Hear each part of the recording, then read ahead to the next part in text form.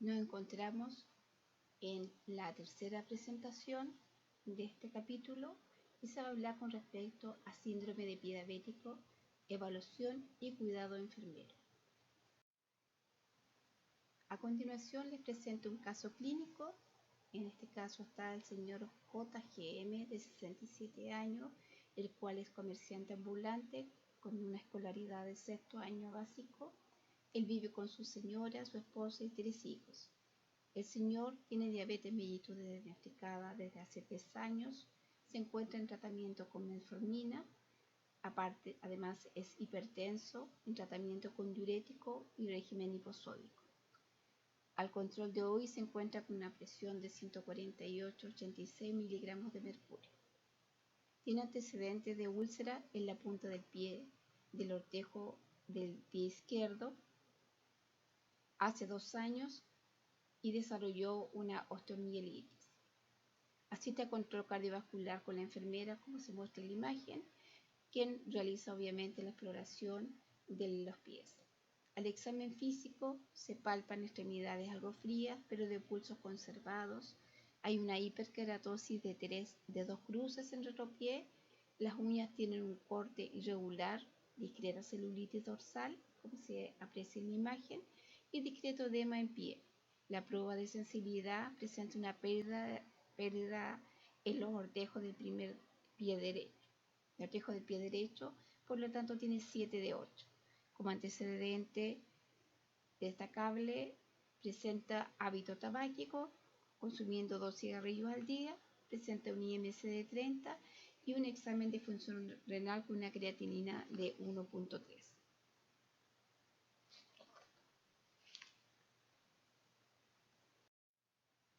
Dentro del organizador avanzado se encuentran el contexto general de la diabetes mellitus, que ya lo hemos visto en clases anteriores, el síndrome de pie diabético, que es un indicador de calidad, y rol enfermero lo vamos a desarrollar en esta presentación.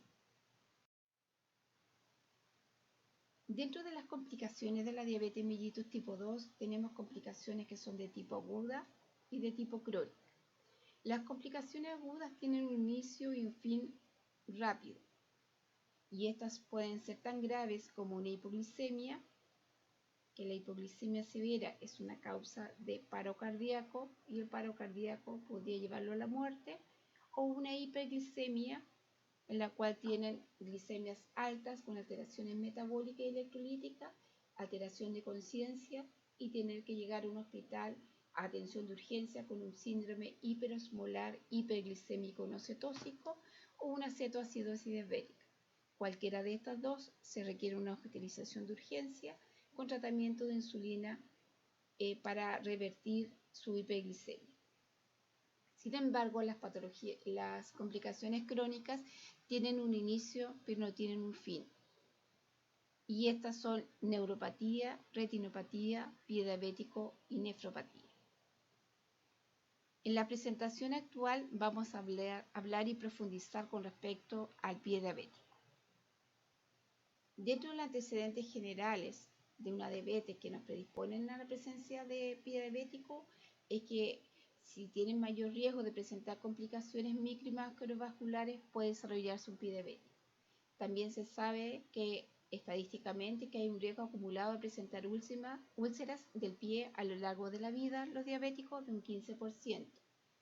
Que las amputaciones no traumáticas, el 80% de estas pueden prevenirse, lo que es un dato muy destacable. El 80% que sufre la amputación previamente ha tenido antecedentes de alguna úlcera. La diabetes mellitus es la principal causa de la pérdida de las extremidades inferiores y obviamente esto impacta en la calidad de la vida. Se dice que hay una amputación cada 20 segundos a nivel mundial y en Chile, en el año 2017, el 67,9% del total de amputaciones eran a causa de la diabetes mellitus. En relación a los términos, síndrome de pie diabético se refiere a una alteración anatómica o funcional que está determinada por anomalías que sean neurológicas y hay diversos grados también de alteraciones vasculares. que son en la extremidad inferior, y esto los puede llevar a que tengan o infección, ulceración o destrucción de los tejidos profundos. Todo esto debido a una alteración metabólica permanente de las personas que padecen de diabetes mellitus. ¿Cómo se categoriza? Sin lesión, pero que tenga alteración sensitiva con el test de monofilamento, que esté en riesgo porque presenten lesiones de preulceraciones, que son la hiperkeratosis, que es como los callos de callosidades, o que tenga deformaciones osteoarticulares, que esté activa, un síndrome activo, que ya hay una lesión ulcerada. Puede ser en la planta del pie, en el borde, el dorso de los ortejos, que son los dedos, o las uñas. Una úlcera es una solución de continuidad que abarca todo el espesor de la piel. Según la profundidad que tenga, va a clasificarse. Puede ser solamente de piel, de tejido subcutáneo, de músculo y llegar al hueso. Y la clasificación es a través de clasificación de Barber. Y una amputación es la separación de una extremidad del cuerpo o parte de ella.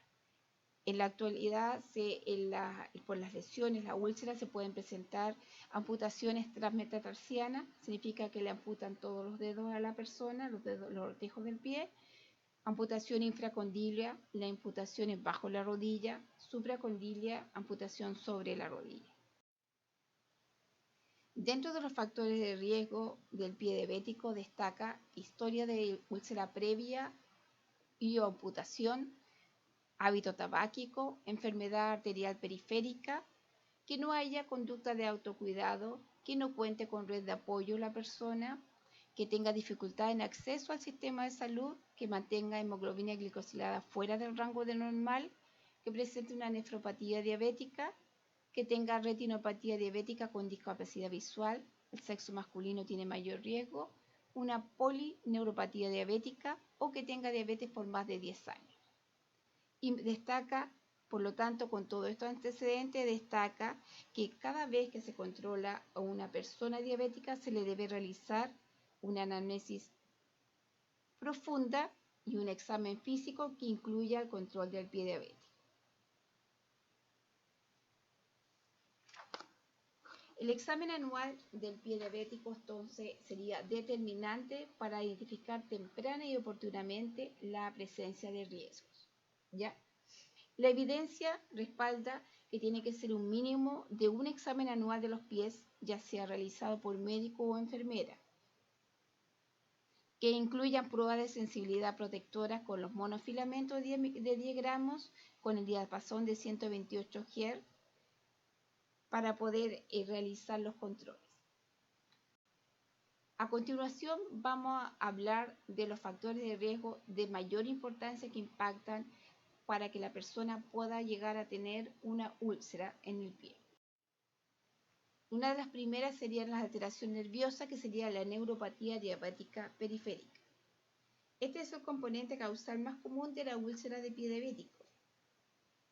Su prevalencia varía entre un 16 y un 66%, y a medida que existe mayor antigüedad del diabetes o un peor control metabólico, tienen mayor riesgo de presentarlo. Esta es una complicación crónica que se presenta de manera progresiva, por lo tanto, provoca cambios moleculares que son irreversibles una vez que está establecida la diabetes. Las intervenciones, ¿a qué van? Ahí tenemos una lesión, van a ir a retardar la velocidad de la aparición de esta neuropatía. Entonces tenemos que esto produce disminución del dolor, la sensación de dolor, reducción de la percepción de presión y de balance muscular. Hay una deformación anatómica, disminuye la sudoración con riesgo de fisura y termina finalmente en una lesión. Presentación clínica. La neuropatía periférica puede manifestarse como una incapacidad para detectar cambios de temperatura, cambios de vibración, de propiocepción, de presión y, lo más grave, que no siente el dolor. Algunos pacientes tienen una forma de neuropatía sensorial dolorosa, que esto puede incluir un dolor de tipo urente y una parestesia. también pueden haber que se anule el dolor. Por lo tanto, estas manifestaciones son bastante amplias. Para poder controlar esta neuropatía, nosotros hacemos exámenes. La progresión de la neuropatía diabética va a haber alteraciones de las pruebas neurológicas simples, que sería con el monofilamento, diapasón, reflejo aquiliano. Van a haber alteración del pie, aquí ven pequeños músculos que se denervan, hay atrofia, desequilibrio de la musculatura intrínseca, se deforma el pie y hay pérdida progresiva de la que es la sensación de dolor y la temperatura, facilitando la presencia de úlceras en los pies. ¿Ya? ¿Qué manifestaciones pueden tener las personas con neuropatía sensorial dolorosa? Un dolor urente, disestesia y parestesia. Pero lo habitual es que ellas tengan incapacidad para detectar la temperatura, la vibración y propiocepción y dolor. ¿Qué significa? Que esta persona va a salir con zapatos y puede andar con una piedra en el zapato durante todo el día y no se dio cuenta que tenía la piedra y puede tener una lesión en el pie y no tiene la sensibilidad que le avise tienes una piedra en el zapato. ¿Ya? Lo que resulta obviamente un riesgo mayor cuando se trata de personas diabéticas, que una herida se puede transformar en una amputación. Existen pruebas de tamizaje para una detección temprana del riesgo de neuropatía diabética, los cuales son 3, que está el test de sensación de depresión de contacto con monofilamentos, podemos hacer el test de pérdida de sensibilidad vibratoria con el diapasón, o una prueba de sensibilidad a la temperatura. A continuación se van a explicar. El test de sensación de presión de contacto con monofilamento es un test en el cual se aplica un instrumento compuesto por un filamento de nylon que está unido a un mango.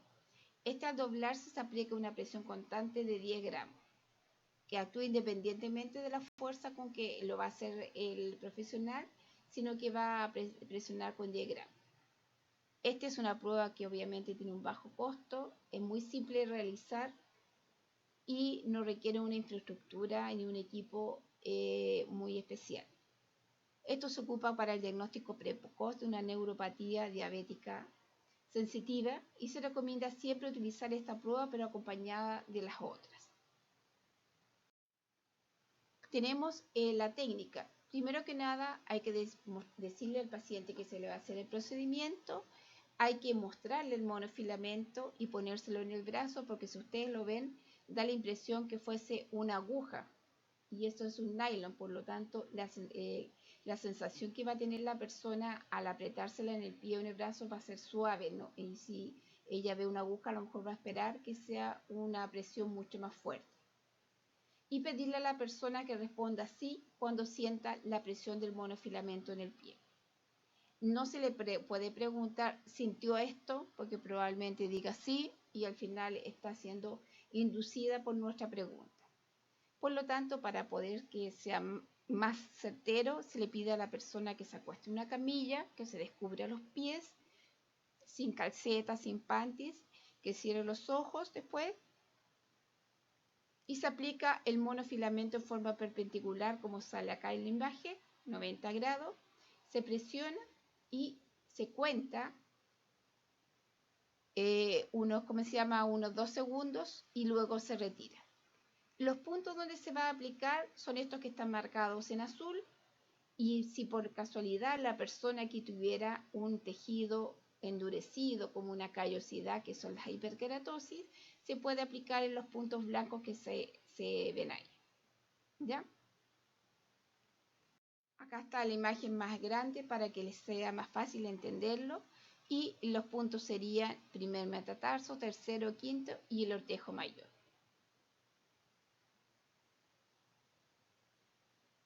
Interpretación. Normal si el paciente responde sí a los 8 puntos, porque son 4 por pie. Anormal si tan solo responda no a uno de los puntos que no siente, tengamos 7 de 8, ya es un examen que está anormal. Los cuidados que tenemos que tener con el monofilamento. Se recomienda que se use en 10 pacientes y se deje descanso por 24 horas para que se recupere la fibra y pueda mantener la precisión. Se aconseja que se pueda utilizar 10.000 veces su uso, que si consideramos 4 puntos del pie, en los 2 pies serían 8 puntos, en un periodo de 6 meses serían 1.250 pacientes evaluados, con lo que haríamos nosotros, lo deberíamos eliminar. Si lo hacemos con menos frecuencia, el control nos podría durar hasta 12 meses. Pero en caso que este se doble o se vea dañado, hay que eliminarlo. Después tenemos el otro test, que es pérdida de sensibilidad vibratoria con un diapasón de 128 Hz. Acá está la imagen del diapasón y este es un instrumento que es metálico, tiene dos ramas, una y dos, están unidas con su base, ¿ya? Se golpean las ramas, estas empiezan a vibrar y se coloca y emiten un sonido.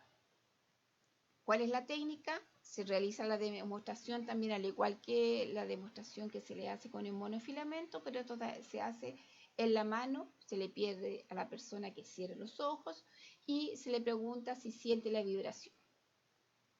Si ya entendió lo que se le va a hacer, se pide que se acueste en la camilla, que cierre los ojos y que se destapen los pies sin quedarse ni con calceta ni con panty las damas. Se coloca la horquilla vibratoria, es decir, la parte de acá abajo, se va a colocar el dedo gordo del pie y se le pregunta si siente la vibración. Si el paciente responde que sí, se le pregunta si puede sentir la vibración. Si no puede sentir la vibración en el dedo, en el hallux, se continúa buscando la prominencia ósea, moviéndose hasta que el paciente sienta la vibración. ¿Ya? Acá se ve cómo se coloca y la interpretación normal si distingue la vibración, disminuido si distingue parcialmente la vibración y anormal si no distingue la vibración.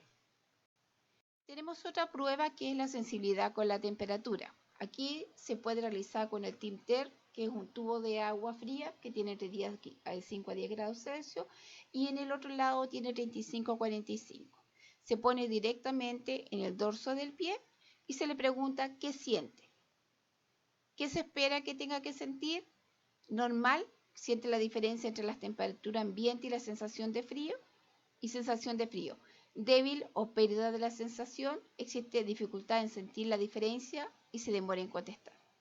Hay que recordar que la sensación de temperatura se pierde a la par con la sensación de dolor. Por lo tanto, si no siente la temperatura, asumimos también que no va a sentir el dolor. Tenemos estos tres exámenes que se hacen con el monofilamento, diapasón o con el TIMTER.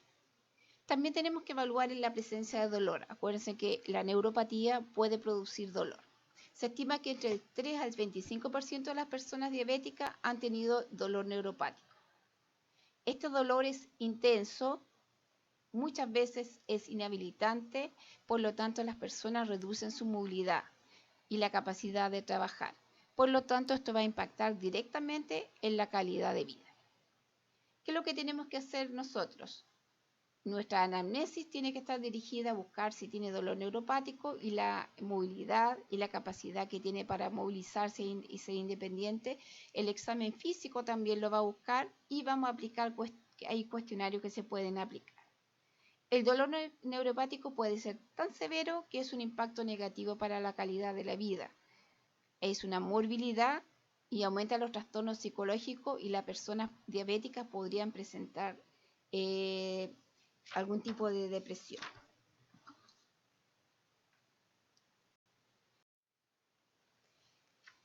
Otro tipo de antecedentes importantes, ya hablamos de la neuropatía, el segundo es la enfermedad arterial periférica. La enfermedad arterial periférica es una de las complicaciones más severas de la diabetes, principalmente producto de sus consecuencias devastadoras a nivel macrovascular, lo que contribuye a isquemia de las extremidades y en consecuencia esto a una incapacidad para curar. Por lo tanto, la persona tiene una herida, pero como no llega sangre, no va a poder curarse. Esta patología se origina por una obstrucción de etiología aterosclerótica que afecta principalmente grandes vasos de las extremidades inferiores, reduciendo el flujo sanguíneo hacia la parte distal. Aquí, como ven en la imagen, este vaso sanguíneo una placa de ateroma se empieza a aumentar.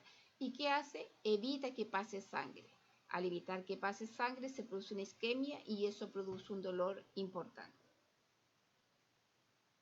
Está presente en el 50% de las personas diabéticas con úlceras de pie y generalmente se asocia a neuropatía periférica. Aún más, 1 de cada 3 personas con diabetes mayor de 50 años presenta EAP y es considerado un predictor independiente del riesgo de amputación y puede ser difícil de diagnosticar en la población diabética. ¿Ya?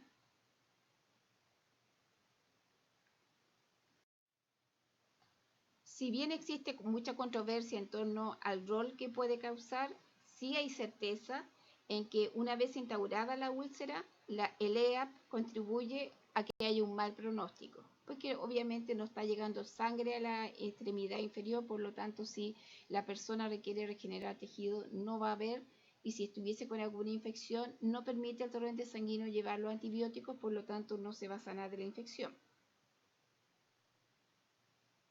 Se caracterizan por síntomas de claudicación intermitente o dolor en reposo. Sin embargo, en un 50% de los casos podría haber ausencia de los síntomas, lo que es complejo porque eso evita que haya una pesquisa adecuada. Solo en un 25 o un 30% de los pacientes diabéticos que presentan EAP se presentan como claudicación. Para evaluar la presencia de un EAP se tiene que hacer una entrevista muy exhaustiva al paciente y hacer un examen físico que vayamos en busca de la cianosis, de la disminución de la temperatura de la piel, de las alteraciones de los fanerios, de las uñas, que si están hipertróficas y si hay disminución del llene capilar. Las personas con diabetes mellitus presentan claudicación intermitente, se caracterizan porque presentan debilidad en las piernas y presentan dolor en los muslos y en las pantorrillas al caminar. Por lo tanto, esto debería indicar que está con un EAP. Hasta que se demuestre lo contrario, nosotros pensamos que es un EAP. Es importante recordar que los pacientes que presentan neuropatía diabética periférica pueden presentar síntomas similares de dolor, pero la diferencia está en que las personas con neuropatía diabética sienten alivio después de comenzar a caminar, mientras que en el EAP la persona siente dolor al comenzar a caminar.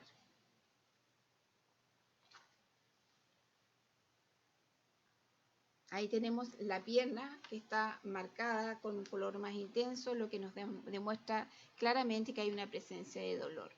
También tenemos, en resumen aquí, alteraciones macrovasculares, me llevan a una isquemia de las extremidades inferiores y esta me va a llevar a una incapacidad para curar.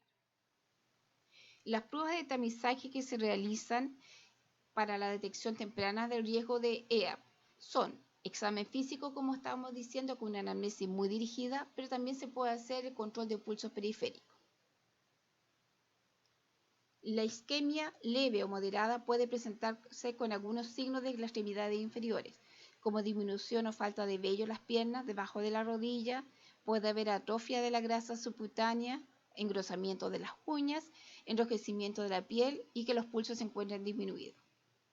Si el paciente presenta isquemia grave de los pies, este se le denomina isquemia crítica y se caracteriza por presentar dolor en reposo, a veces de predominio nocturno, que hayan úlceras o gangrena.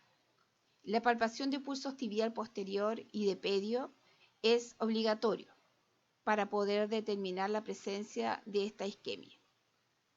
Cabe destacar que en personas sanas el pulso pedio está ausente en un 8%, para que no se asusten cuando ustedes hagan los exámenes, mientras que el pulso tibial no se encuentra en un 2%. Por lo tanto, cuando uno hace el examen de los pulsos tiene que ir paralelo a la clínica, la temperatura del pie, la coloración del pie también. La palpación de los pulsos periféricos es una buena aproximación para determinar el estado vascular del paciente. Y la ausencia de estos pulsos, tanto pedio como tibia posterior, sugieren fuertemente la presencia de un EAP. Este examen es recomendado como tamizaje en primera línea en las guías prácticas clínicas que ustedes tienen que leer y obviamente esto tiene que estar de la mano con una anamnesis profunda.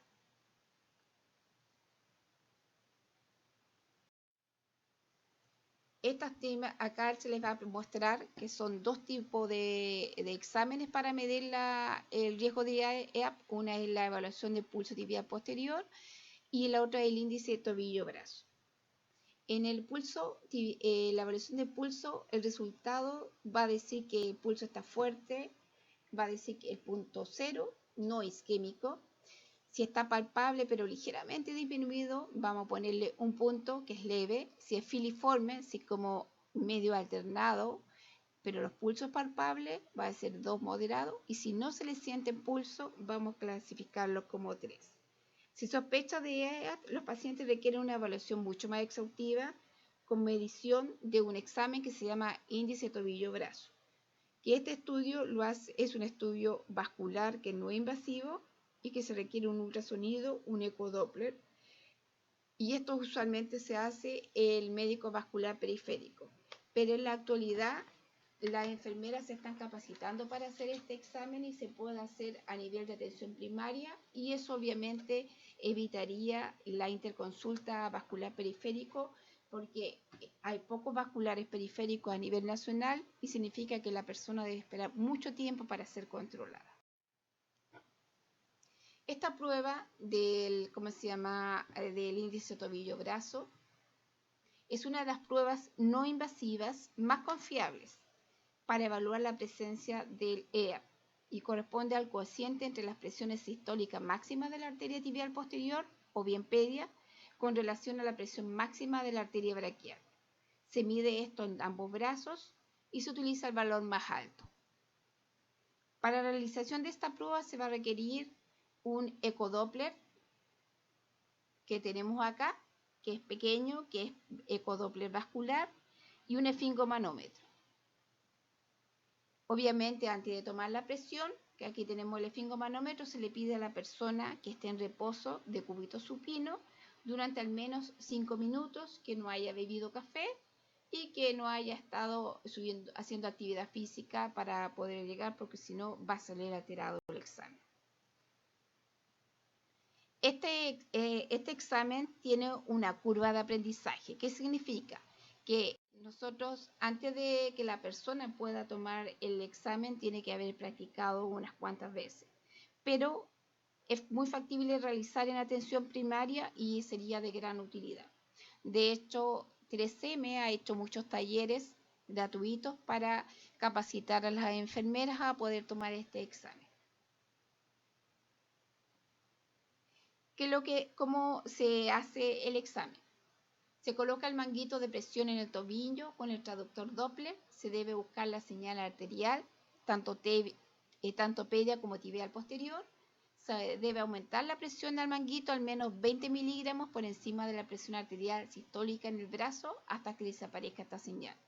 Y a medida que se va soltando la presión del manguito, se oirá nuevamente el sonido, el cual corresponderá a la presión sistólica a medir.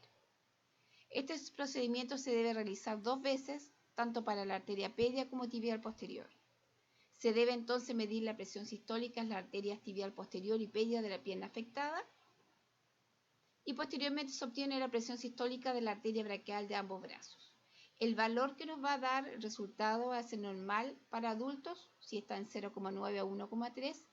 Se sugiere la existencia de EAP si está en menos del 0,9, isquemia leve si está entre 0,5 y 0,9, isquemia severa si es menos de 0,5 y arterias poco compresibles o calcificadas si es sobre 1,3.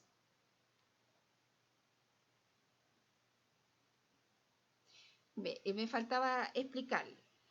Para poder sacar el cálculo de la interpretación, los resultados del examen, se debe, es el cociente entre la presión sistólica del tobillo afectado dividido por la presión sistólica del brazo.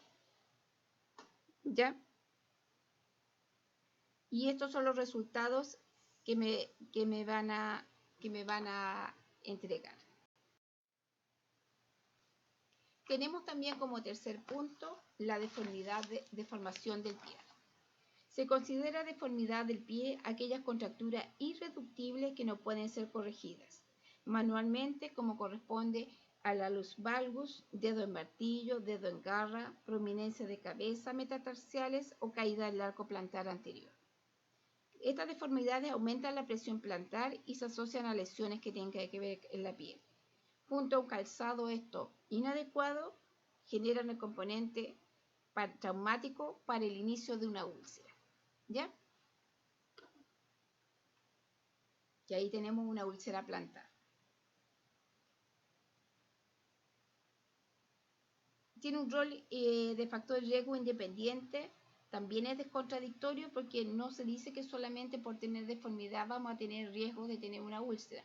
Sin embargo, si asociamos esta deformidad del pie a un uso de un calzado inadecuado con un componente neuropático, lo cual la sensibilidad esté alterada, o isquémico, en el cual no llega cantidad de sangre adecuada al pie, significa que tenemos un componente traumático. Y esto hace que vaya a tener una úlcera la persona. ¿Ya? Dentro de las deformaciones, la de mayor importancia es la artropatía de Charcot, que es la complicación más desastrosa del pie diabético. Y también tenemos el dedo en martillo o en garra, que esto predispone con el uso de zapatos, acá está mejor la imagen, a que haya algún tipo de lesión.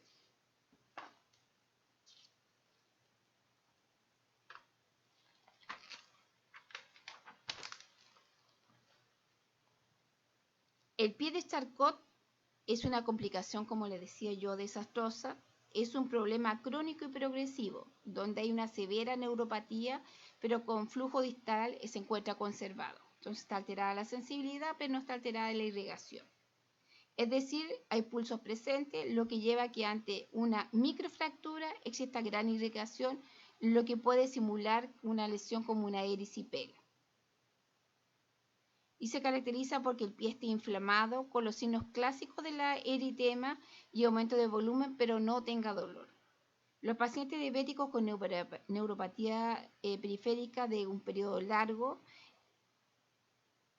están en riesgo de desarrollar la artropatía de Charcot. ¿Ya? A medida que esta lesión progresa, las articulaciones colapsan y el pie se va deformando cada vez más. A menudo esto no se detecta a tiempo, ya que en sus etapas tempranas pueden ser confundidos con una infección si se ve el pie edematoso y enrojecido.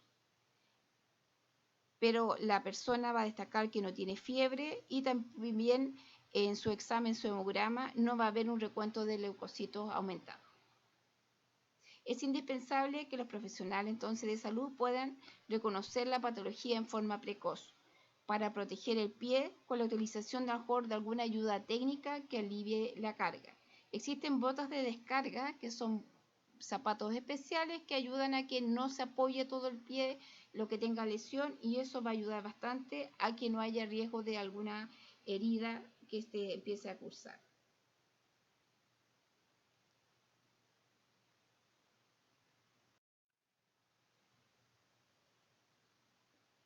Acá tenemos entonces como un resumen de lo que hemos visto. Tenemos EAP más diabetes mellitus, neuropatía sensitiva, una neuropatía diabética, percepción del dolor está disminuido, nos va a llevar a un dolor, a unas lesiones, unas úlceras. Estas úlceras se pueden profundizar. Finalmente, esta úlcera puede terminar en amputación. Si la persona ha tenido una amputación en un pie, tiene mucha más probabilidad de tener en 2 años más una amputación en el otro. Chicos, esto destaca, este paciente es la foto de un caballero que atendimos nosotros hace como 5 años atrás.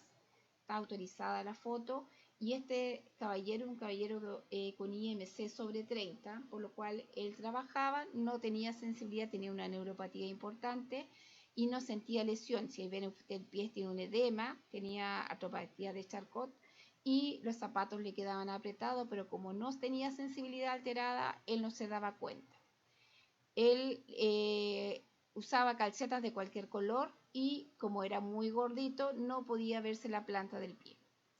Un día al sacarse las calcetas encontró que estaban húmedas y las revisó y vio que tenía una lesión plantar que era asfixiante, le llegaba hasta el otro lado del pie en la cara anterior.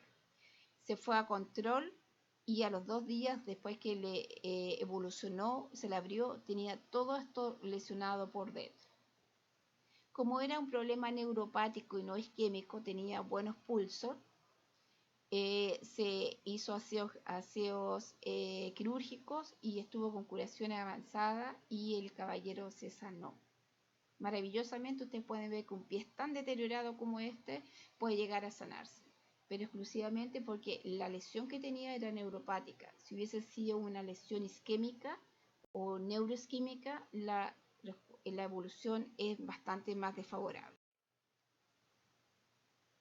Por lo tanto, en conclusión, tenemos una úlcera de un pie diabético. Esta úlcera podría infectarse.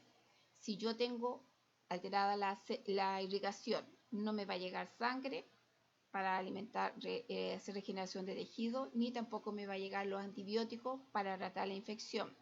Esa infección podría llegar hasta el hueso, osteomielitis, y esto podría terminar finalmente en una amputación. Si la persona no la amputan a tiempo, puede terminar en una muerte. Los porcentajes, tenemos un 15% de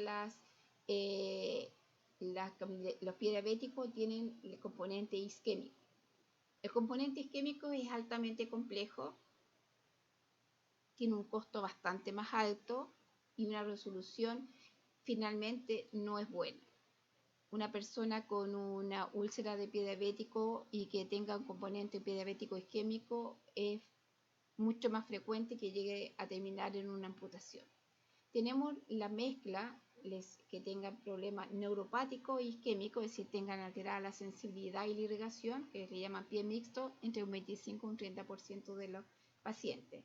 Y tenemos el otro grupo, que es la neuropática exclusiva, que es el 70% de los pacientes. Y en este caso, el manejo son mucho más simples en términos técnicos y la posibilidad de salvarle el pie que no termine amputación es mayor.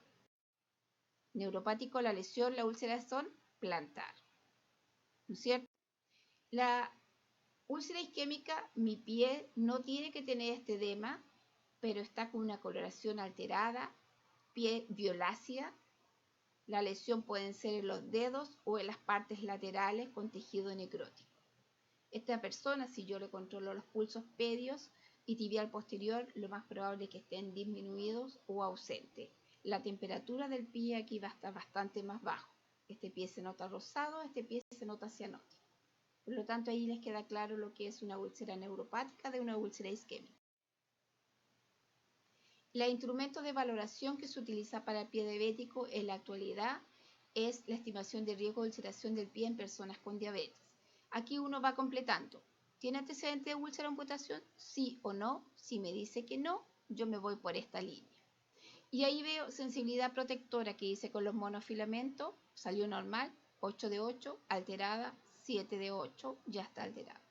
Si tiene 7 de 8, me voy por esta línea. La persona tiene EAP, es decir, tiene enfermedad arterial periférica, si los pulsos están alterados, si sí, uno de los pulsos de los 4 con que esté o disminuido va a estar alterado. Y si es no, es decir, los 4 pulsos están firmes.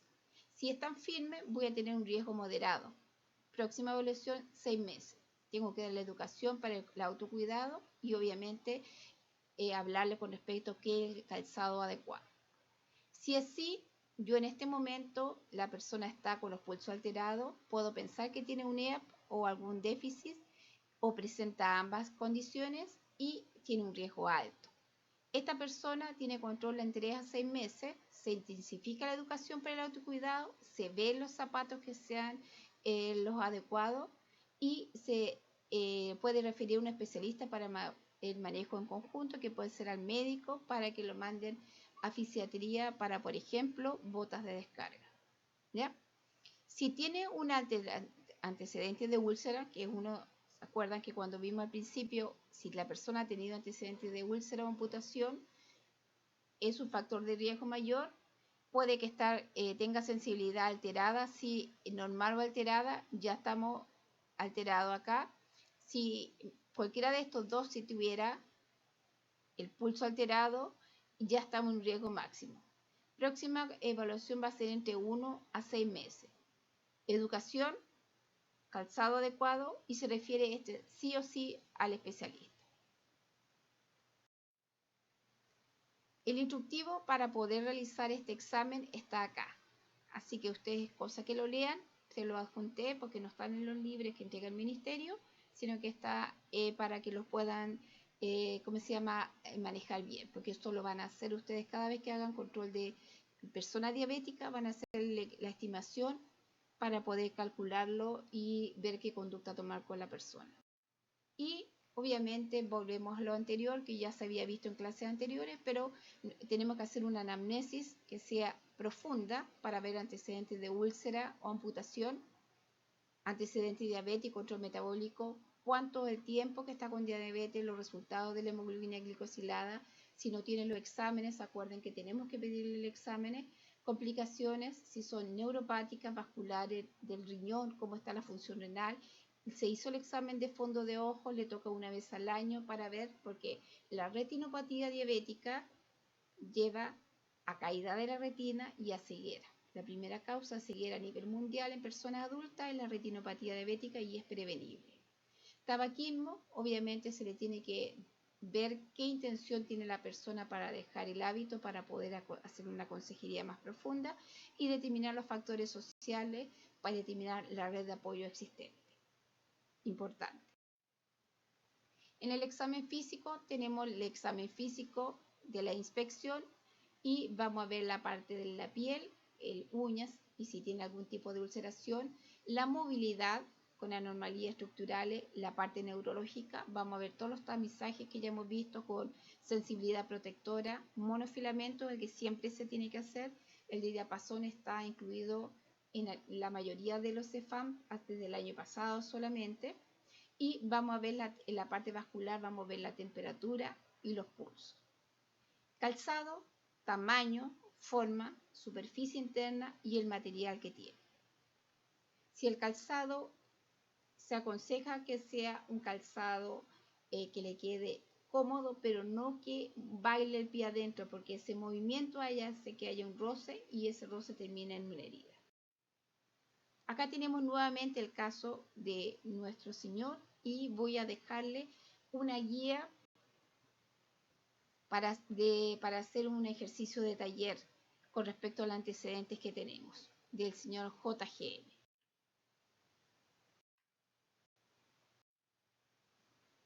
Acá hay imágenes de hiperkeratosis para que se ubiquen a nivel del talón, del dorso del pie y necrosis, amputaciones para que ustedes tengan una idea más clara. La amputación es un indicador